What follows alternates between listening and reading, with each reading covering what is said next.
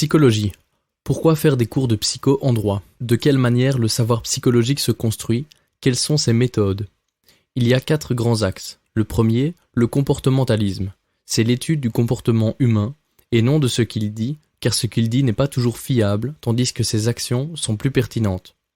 Par exemple, pour déterminer l'intérêt des étudiants pour le cours de psycho, on observe ceux qui vont sur leur téléphone, pour déterminer s'ils sont intéressés ou pas par le cours.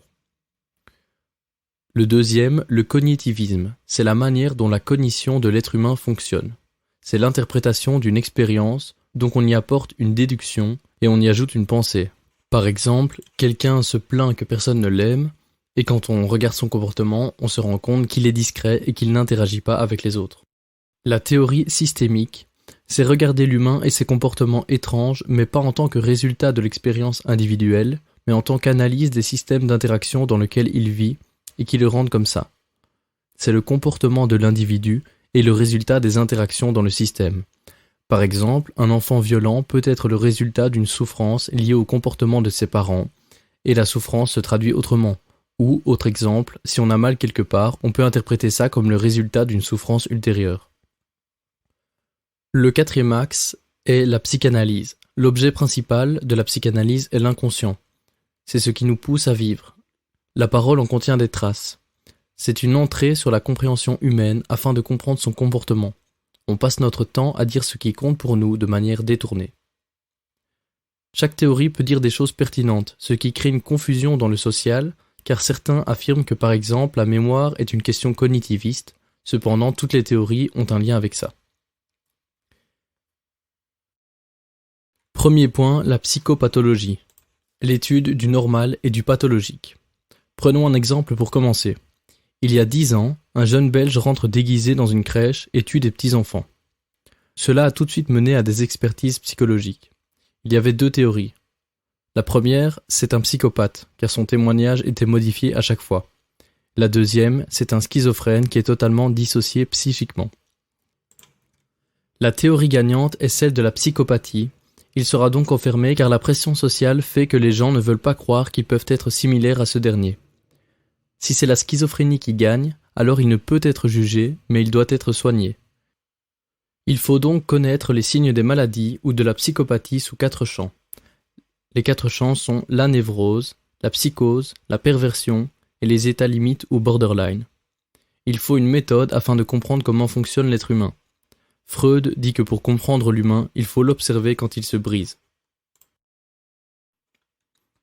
Deuxième point, la culture et psychologie. Approche ethnopsychiatrique. C'est l'analyse du comportement que l'on refoule. Il faudra donc avoir 2 approches. Il faudra décrire et comprendre. Il faudra également répondre à la question de quelle manière la culture provoque ceci, dirige les différences et donne forme à certains troubles. Troisième point, l'expertise. Avec les éléments ci-dessus, on va tirer des conclusions. Quatrième point, la psychothérapie. C'est comment soigner les maladies, tout en sachant qu'il y a de grands débats au sein même de la psychothérapie. Cinquième point, la problématique. L'autolimitation des désirs dans le débat de la décroissance. C'est l'actualité sur laquelle la psychologie peut donner un avis et expliquer. Comment peut-on limiter nos besoins et nos désirs? C'est un débat sur l'autolimitation. En 1900, il y a eu la psychanalyse de Freud. En 1930, le comportementalisme de Watson et Skinner, qui naît aux États-Unis en réaction à la psychanalyse. En 1950, le cognitivisme.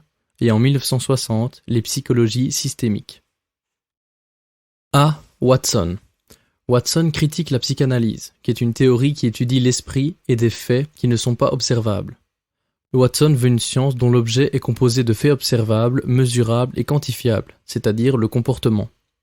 Watson définit l'apprentissage comme une modification durable du comportement, résultant de la conséquence d'un entraînement particulier. Watson s'inspire de Pavlov, qui est un physiologiste russe, afin de quantifier le comportement humain. Pour Watson, le comportement humain dépend de l'environnement du sujet, et donc il rejette les idées préconçues de l'époque, comme quoi le pauvre est pauvre parce que c'est un faible et parce qu'il l'a mérité. En d'autres termes, on peut radicalement façonner un humain en fonction de son environnement. Il dit « Donnez-moi un enfant et j'en ferai ce que vous voulez ». B. Pavlov. Pavlov a une hypothèse à propos de son chien. Il pense que son chien a associé les cloches de l'église et sa nourriture, d'où le fait que son chien salive dès qu'il entend les cloches sonner alors qu'il n'y a aucune nourriture devant lui. Il commence une expérience. Il donne à manger à plusieurs chiens en même temps qu'il fait sonner une cloche. Après 2 semaines d'expérience, Pavlov démontre que s'il accompagne la nourriture du chien à un stimuli, ici le son de la cloche, ce stimuli peut, à la longue, déclencher la salivation de l'animal sans être accompagné de nourriture. Cette salivation est la réponse conditionnée. On a donc la nourriture, qui est le stimuli inconditionné, réflexe inné présent dès la naissance, qui entraîne une réponse inconditionnée, qui est la salive.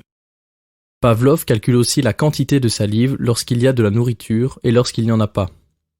Ainsi, quand on fait aller une sonnette, qui est un stimuli conditionné, donc lié à un apprentissage, on va avoir une réponse conditionnée, qui est de la salive. Mais entre la salive due à la nourriture et celle due à la sonnette, il y a 1 cm3 de différence. C'est la réponse inconditionnée qui produit plus de salive. Cela veut dire que la réponse conditionnée sera légèrement différente par rapport à la réponse inconditionnée. Remarque, c'est le même principe pour l'ancrage senso-perceptif. Je t'engueule en regardant constamment ton épaule gauche et toi tu t'énerves. Puis je m'arrête et toi tu te calmes. Ensuite, un moment, je refixe ton épaule gauche, tu vas recommencer à t'énerver alors que je ne dis rien. C'est Skinner.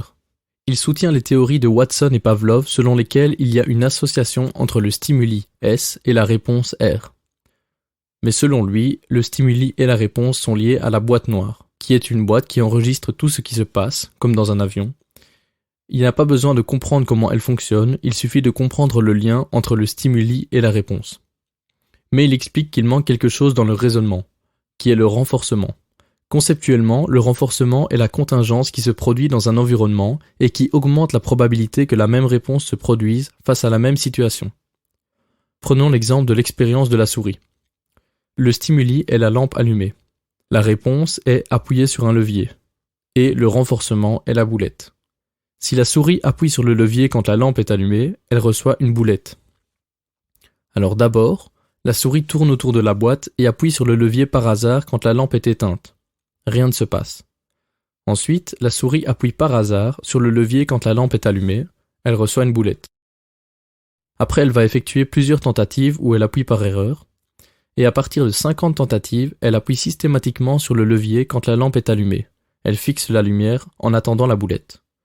Donc, on est là dans un systématisme. La systématicité vient à partir de 50 tentatives. Ensuite, l'expérience de contrôle. Des centaines de souris sont exposées à la même boîte, mais elles ne reçoivent pas de boulettes. De ce fait, elles ne vont pas apprendre. Et donc, la variable qui explique l'apprentissage, donc l'association, est le renforcement. Des variantes.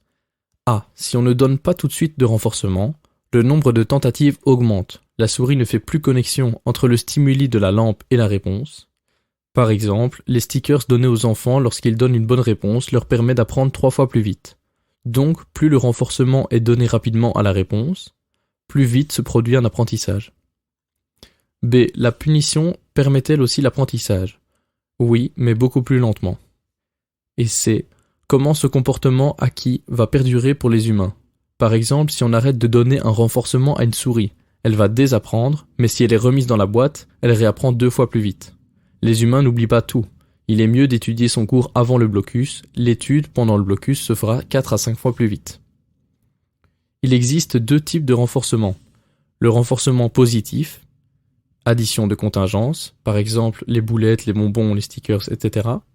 Et le renforcement négatif, la soustraction de contingences, par exemple priver quelqu'un de regarder la télé.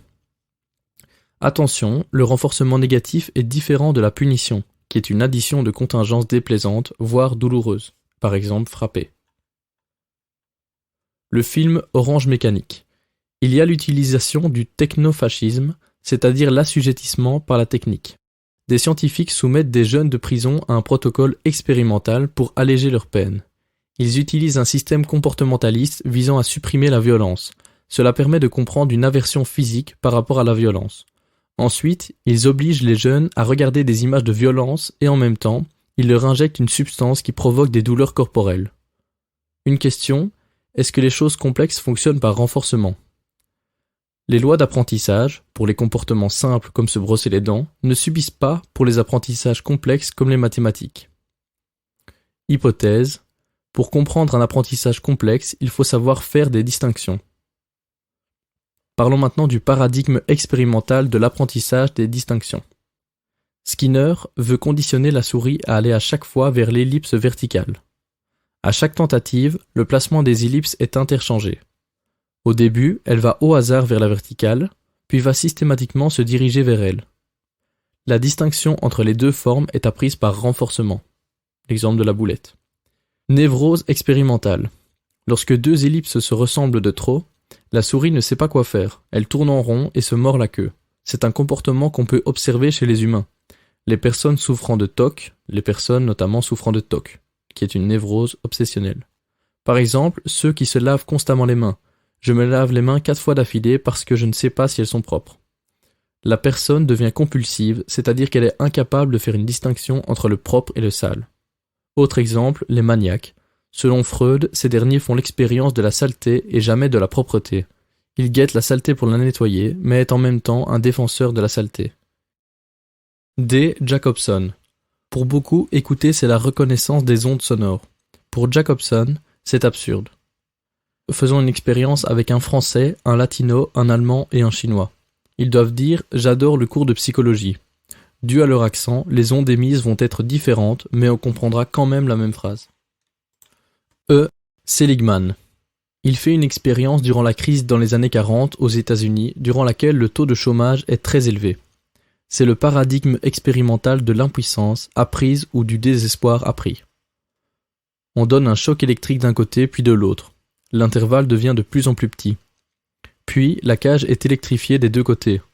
La souris continue alors de chercher une issue.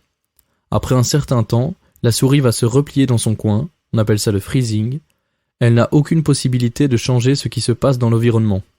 Un moment, la cage est électrifiée.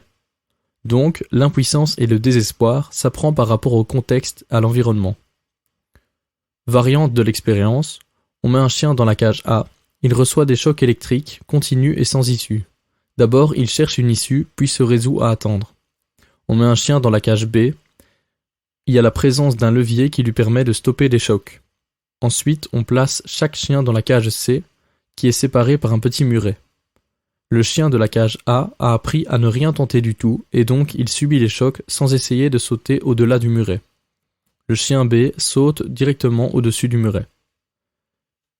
Expérience dans la vie, analogie avec le chien de la cage A, le chômeur va au début envoyer beaucoup de CV, puis sans réponse, il se décourage et n'en voit plus rien du tout. À un moment, il va y avoir des emplois de libre où il pourrait postuler, mais comme le chien A, il reste dans sa position et ne fait plus attention à son environnement. Autre exemple, le taux de participation au vote dans certains pays est très faible. Beaucoup de personnes se disent « quoi que je fasse, le gouvernement ne changera pas ». F. Bandura. Selon lui, l'apprentissage par observation n'a pas forcément besoin de renforcement. Exemple, un garçon reçoit un jouet à construire, quelqu'un va le faire pendant que le petit observe. Par après, il sera capable de le faire lui-même. De ce fait, l'activité elle-même est un renforcement, et il y a une motivation intrinsèque. Cette motivation est l'organisme. Donc lui, il lie dans l'ordre le stimuli à l'organisme, à la réponse et au renforcement. G. Rother. Il explique qu'on attribue nos échecs et nos réussites à des causes. C'est la théorie de l'attribution. Il existe 3 paramètres d'analyse. Le locus, la contrôlabilité et la stabilité. Le locus peut être interne, et là on dit par exemple « je n'ai pas assez étudié », ou locus externe, le professeur est trop vache. La contrôlabilité, on peut être contrôlable ou incontrôlable. Contrôlable, c'est dire « je n'ai pas assez étudié », incontrôlable, c'est dire « le professeur est vache ». La stabilité. Stable, c'est dire « je suis nul en maths », et instable, c'est dire « je peux étudier plus ». Expérience. Penser à 3 échecs et se demander les raisons qui ont produit ces échecs. Faire de même avec 3 réussites. Analyser les raisons et se demander quel est l'attribut dominant. Le profil dominant a un impact sur la motivation. La motivation personnelle est basse lorsqu'on a un locus externe, on est incontrôlable et stable.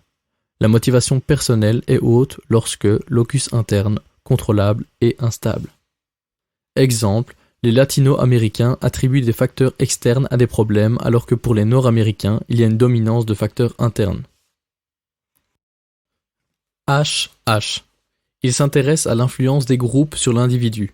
Il réalise alors plusieurs expériences afin de calculer le degré d'influence.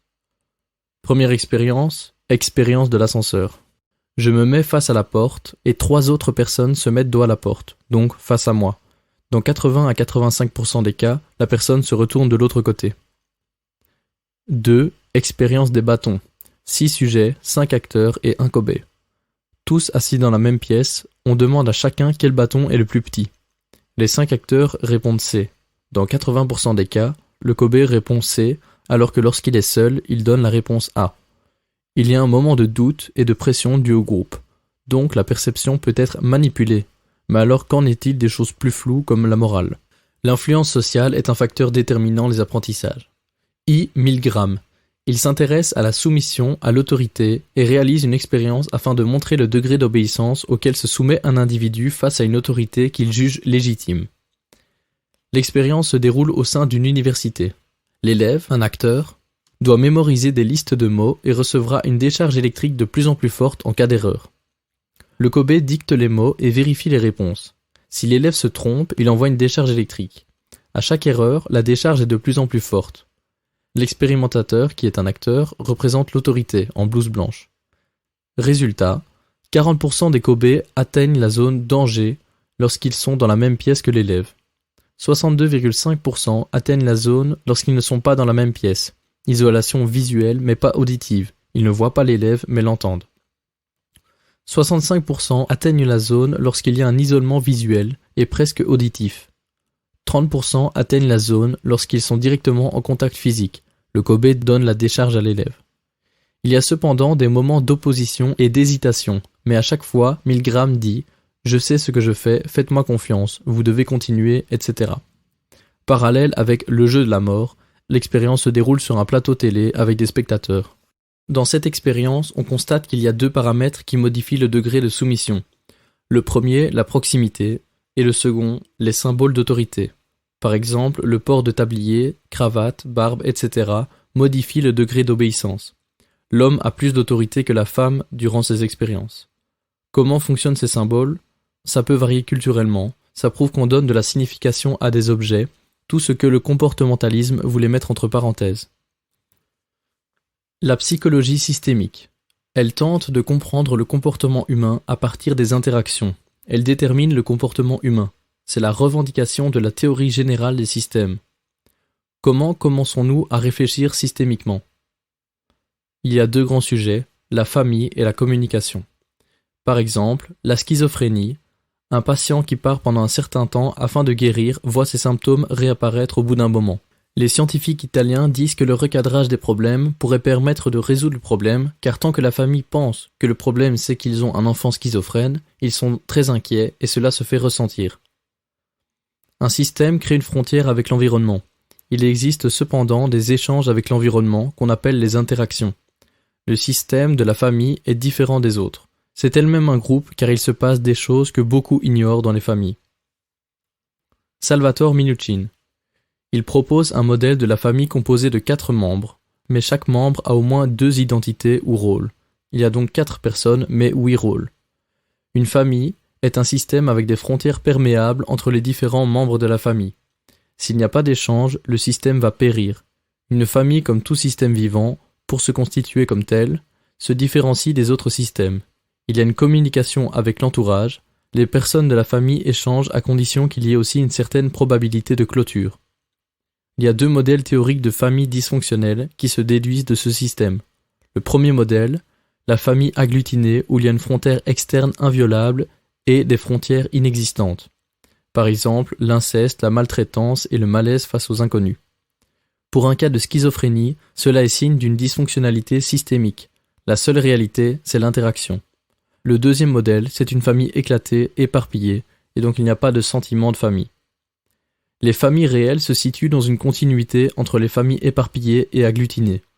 Les familles peuvent avoir des tendances agglutinées, mais il y aura toujours un minimum d'interaction avec l'extérieur ou inversement, les familles à tendance éparpillée auront toujours des interactions internes.